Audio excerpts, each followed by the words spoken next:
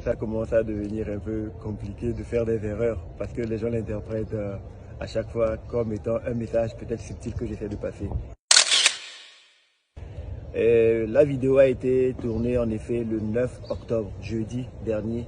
Mais bon, en faisant la présentation, j'ai fait un lapsus et j'ai dit le 9 septembre et les gens l'ont mal interprété. Sinon, c'était une vidéo récente. Elle datait du jeudi 9 octobre 2025.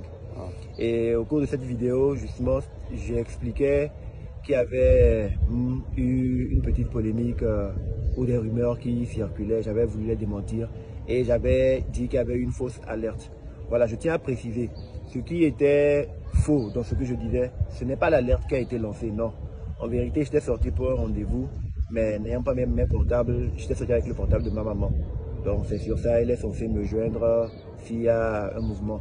Donc j'ai laissé le portable dans le coffre de la voiture et j'étais allé à un rendez-vous. Donc ils ont tenté de me joindre et n'ont pas pu.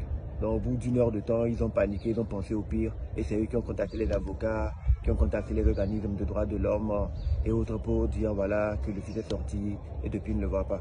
Donc après quelques temps, ceux-ci, compte tenu de la situation, ont lancé une alerte pour dire voilà, Amron est allé à un rendez-vous, on ne le retrouvait pas. Quelques temps après, quand j'ai fini le rendez-vous, j'ai vu les appels, j'ai rappelé et on s'est expliqué. Ils ont recontacté les avocats et autres, j'ai parlé et j'ai pu donner ma position et tout a été éclairci, l'alerte a été levée.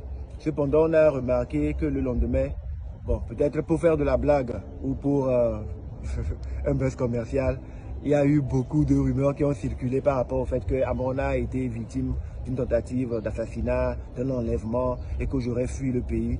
C'est par rapport à tout ça que j'ai voulu éclaircir l'opinion, leur dire que non, je ne suis pas en fuite, il n'y a pas de tentative d'enlèvement, c'était juste un problème de communication. Voilà, donc tout est rentré dans l'ordre et la vidéo a été tournée le 9 octobre. C'était un lapsus en disant le 9 septembre. Sinon, tout est vrai, tout est bon et on est là. Il n'y a pas le feu que de la lumière dans l'ombre.